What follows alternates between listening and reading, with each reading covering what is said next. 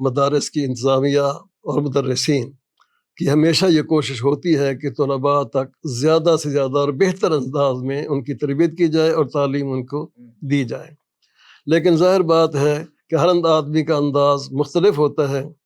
آج ہم دیکھتے ہیں کہ جو کورس ہم نے پڑھے تھے اب اس میں سے تقریباً نصف کورس ختم ہو چکا ہے، مدارس میں وہ چیزیں نہیں پڑھائی جاتی ہیں، تو جو پختگی اور رسوخ طلباء میں ہونا چاہیے وہ آج نظر نہیں آتا ہے۔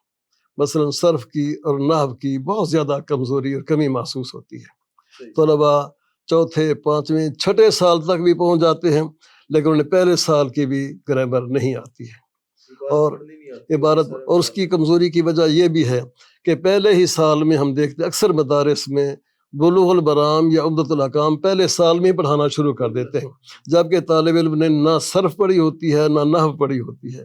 جس طالب علم نے ابھی صرف بھی نہیں پڑھی، نحو بھی نہیں پڑھی، اسے بلوغ المرام یا عمدۃ الاحکام شروع کرا دینا یہ اس کے ساتھ زیادتی ہے۔ وہ پھر باغی بھی ہو جاتا ہے پہلے سالوں میں، تو باغی بھی ہوتے ہیں، متنفر بھی ہو جاتے ہیں کہ ہمیں سمجھ تو کچھ آ نہیں رہی، تو وہ چھوڑ کر بھی چلے جاتے ہیں۔ چاہیے یہ کہ پہلے سال میں دیگر اسباق کے ساتھ ساتھ صرف ضرور پڑھائی جائے اور دوسرے سال میں نحو پڑھائی جائے۔ صرف اور نحو پڑھانے کے بعد تیسرے سال میں بچوں کو عمدۃ الاحکام، بلوغ المرام یا ساتھ مشکات بھی پڑھائی جائے تو کوئی حرج نہیں۔ شاید کئی مدارسوں میں پہلے سال میں کتاب الصرف اور نحو اکٹھی بھی پڑھائی جاتی ہے۔ بس یہ ان کی سوچ ہے، لیکن ہم یہ آپ سمجھتے سمجھتے اکٹھی نہیں پڑھانی چاہیے؟ کٹھی نہیں، پہلے صرف صرف پڑھا، علم الصرف پڑھا دیں، کتاب الصرف پڑھا دیں، کوئی سی کتاب پڑھا، لیکن صرف پہلے پڑھانی چاہیے۔